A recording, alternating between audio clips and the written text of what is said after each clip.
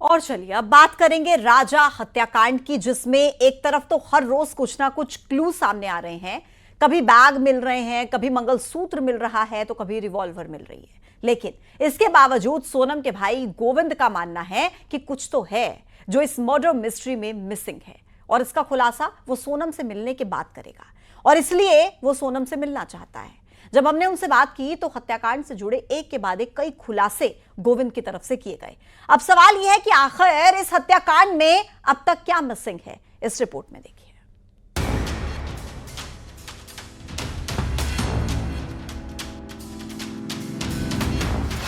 अगर दोषी है सोनम, गोविंद की आंखें क्यों नम?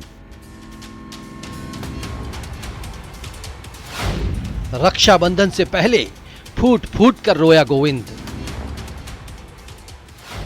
गोविंद को सोनम पर क्यों है पूरा भरोसा? गोविंद का दावा, कुछ है मिसिंग मिस्ट्री। यह सवाल इसलिए क्योंकि सोनम के भाई ने अब दावा किया है कि वो यकीन से बोल सकता है कि सोनम का कभी भी राज से अफेयर नहीं हो सकता। राज दीदी बोलता था और सोनम कंपनी की मालकिन थी। इतना ही नहीं, गोविंद ने कहा कि यह तो संभव नहीं है कि सोनम राज से प्यार करने लग जाए। इस हत्याकांड की मिस्ट्री अभी तक मिसिंग है, और उस मिसिंग मिस्ट्री को जानने के लिए सोनम से मिलने गोविंद शिलोंग जेल भी जाने वाला है। बहन को याद कर भाई की आंखें भी नम हो गई।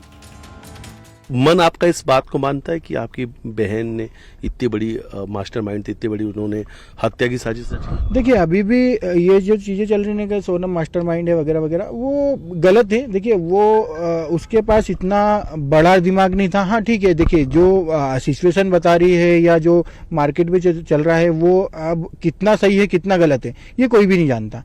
एक्चुअल क्या प्लानिंग क्या नहीं है, तो मैं एक बार सोनम से मिल के क्लियर करना चाहूँगा। मैं यही क्लियर कर रहा हूँ कि हम रोज रोते हैं, रोज हंसते हैं। सोनम के भाई गोविंद ने कहा, 20 अगस्त को मेरा और सोनम दोनों का जन्मदिन एक ही दिन आता है। अभी भी यकीन नहीं हो रहा कि सोनम इस हत्याकांड में शामिल है।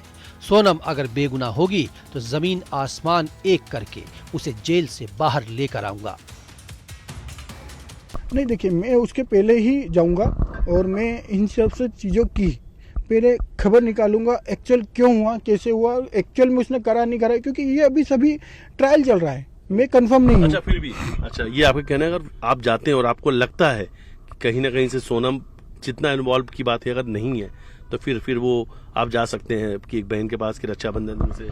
बिल्कुल, देखिए फिर तो हम लड़ सकते हैं उसके लिए कि अगर उसका हाथ नहीं है तो बाकायदा हम उसके लिए लड़ेंगे।